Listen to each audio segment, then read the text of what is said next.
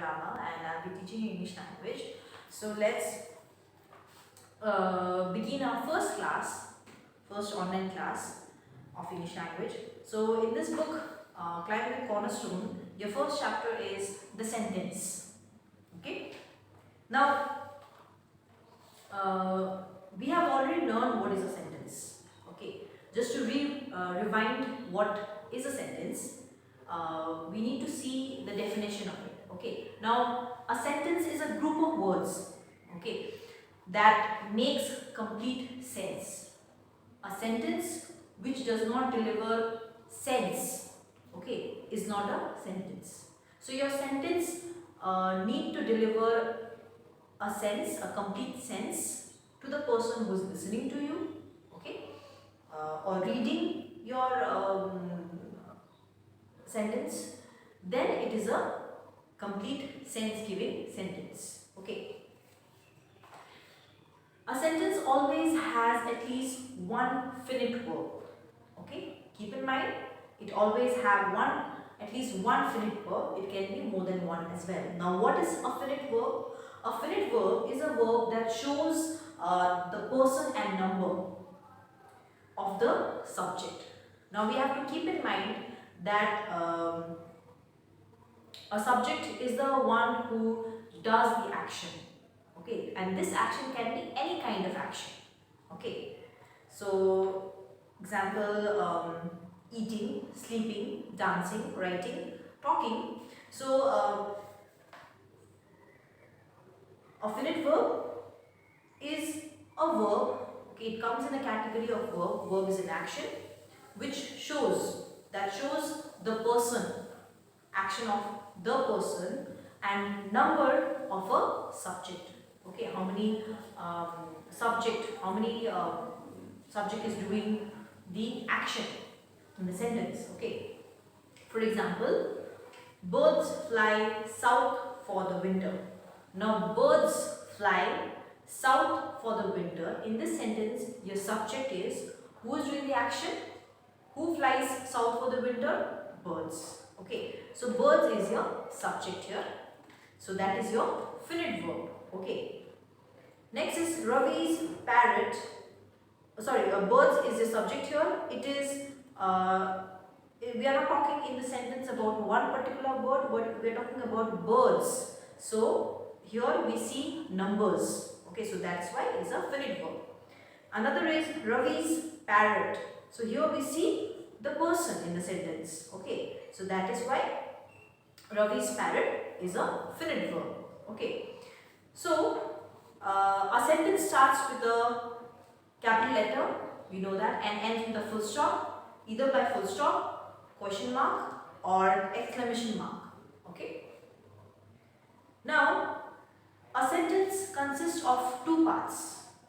One sentence consists of two parts. Okay. Your one part is the subject, the one who does the action. Okay. And another half will be your predicate. Predicate is the object of the sentence. That means what action you've been doing, what action the subject is doing, that is your predicate. So these are the two parts. Okay, we'll see that more in detail. In a sentence, the subject may be the person or thing. It's not that it will be always a person. Okay, just because the subject is doing the action, that means he or she is a person. No, sometimes the subject is also a thing. Okay, that does the action, or the one on whom the action is performed. Okay, or for example, the one whom the action is performed.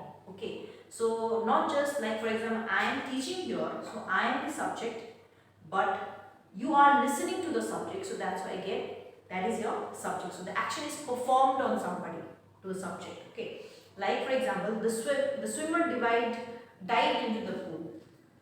The swimmer dived into the pool. Here, who is doing the action?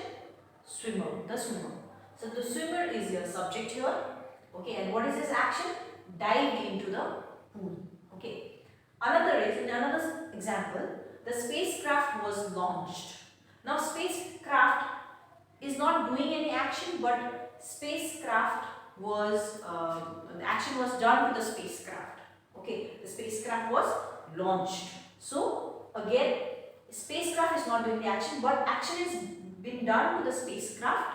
That's why again in this sentence the spacecraft is your subject.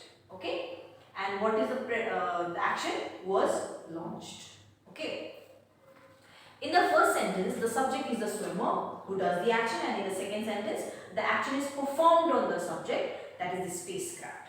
The rest of the sentence, excluding the subject, so excluding this circle portion, rest is known as the predicate. Okay? The circle one is the subject and rest is your predicate. Okay. The subject of the sentence is the part which denotes the person or thing we are talking about. Next page, page number 2.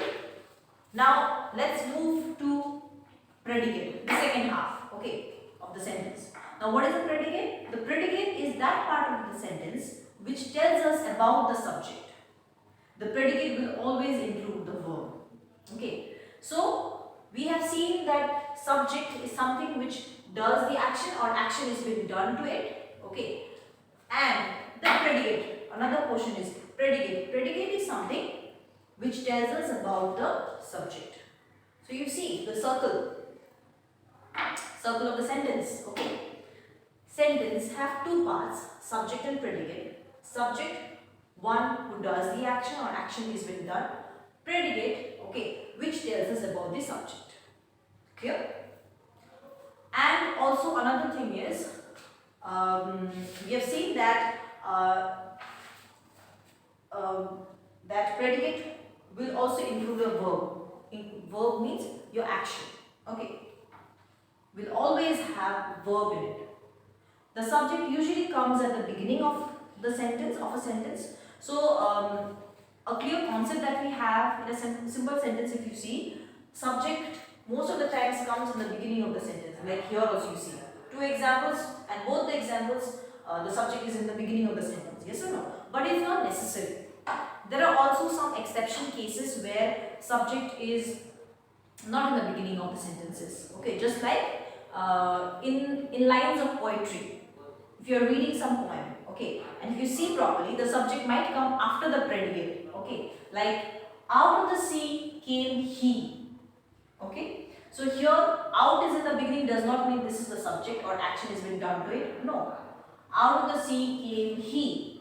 Here the entire sentence is talking about him, he. Okay, so he is your subject here. So these are your exceptional cases where like in the lines of the poetry you might find subject at the end, okay, in the sentence. Another example, can I be of any help? Okay, so in times when you are asking a question, okay, the subject comes after the helping verb. Okay, can, I. So I again is the subject here, can is your helping verb. Okay, so sometimes when you are asking a question, soon after the helping verb, your subject comes. So can I be of any help?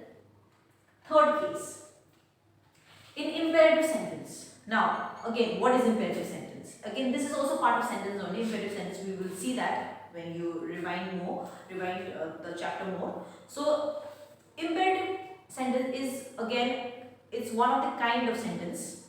Imperative sentence is a type of sentence where or a sentence that states command, gives you an advice, or makes a request.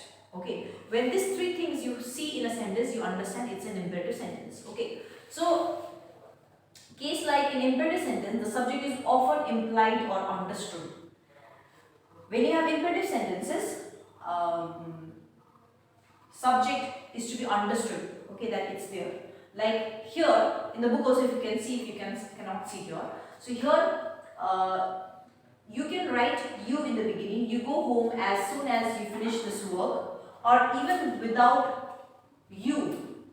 It is understood that we are or that person is talking to you, or that person, third person. Okay, so go home as soon as you finish this work. So presence of you or absence of you will not make any difference. So in imperative sentence, the subject is often implied, or it is implied or understood that subject is there.